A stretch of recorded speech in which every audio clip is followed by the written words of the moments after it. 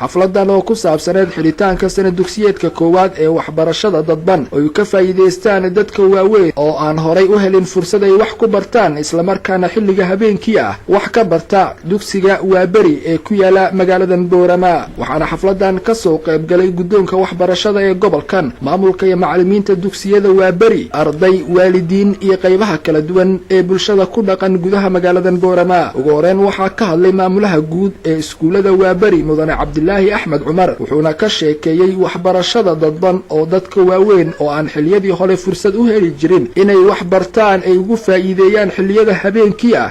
كل دكسي وابري ودكسي مدة بشدة بسوق احتري وهؤلاء كلا دول بسوق قبلي وحنا مركان على أساسني إن لبعض كون يتبادل أفرتي بشي سجلات أي على أساسي وقت كاس ودكسي لو أساسي كرايا لو قد الإنجليش كان اللي بريتري كده ممكن معلمين تدل بدل أي سنين إن أردها ترى يبيه واحد عليه إن أردها يسيب بلطم كده دكسي أو حيابك كلا أو بدن أو بحيو حاجة لو قد يقوي يحفظ الكمبيوتر مدة كدي توسيقون مركو أو 6 سنة 4 سنة سيدا كشقيين وحاولوا تدورها دراوي قطبي إن وحبرشادي تعليم تسرع دوسي سرع عيال أساسي لو يكون يكوبي تبكي كدي دوسي سرع مركي أنا دميست المي عندنا واحد كحدي أو سنة كي ويتها دنا لو صار دوسيجا إن دوسيجا هو صبح عيال أساسي أو لو صار دوسيجا سمركا يسوبجري إن من هذين كنا دكتور أو وحبرشادي كواوين تعاونوا فدنا iyo mid waxbarashadii tooska ahayd oo dugsiga aroortii ka hawlgala soo dadban runtii taasoo noo asaasnay sanadkii u dambeeyay 2012 aakhirkiisii iminkana uu xilay sanadkii koowaad runtii channelskan markii macallimiintu ay eegeen dugsiga uu buuxiyay baahiyihii kale oo dhan uu daboolay waxa gaar meesha ka banaanaaday markaa in dadka waaweyn la siiyay channels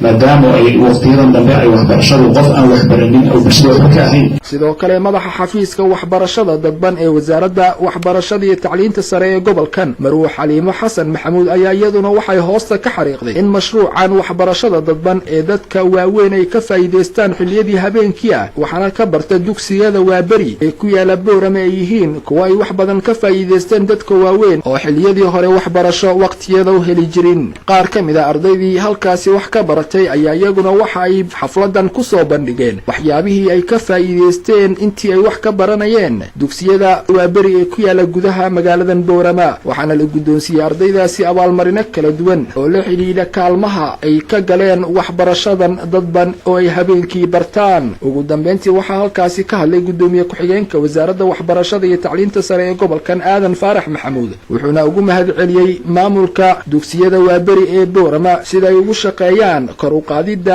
aqoonta gobolkan maanta laba shay un baa lagu tartamayaa mid saddexaad ma jiro waxa lagu tartamayaa horumar iyo dhaqaale labadana hoggaan baa ku xiran hoggaankan ninka haysta un baa labadana wax ka tari kara labada hoggaanka ku xiran waa waxbarasho dhaqaalaha maanta dunida lagu tartamayana aqoon baa hoggaamisa horumarka aadka u baaxadda weyn lagu tartamayana aqoon baa hoggaamisa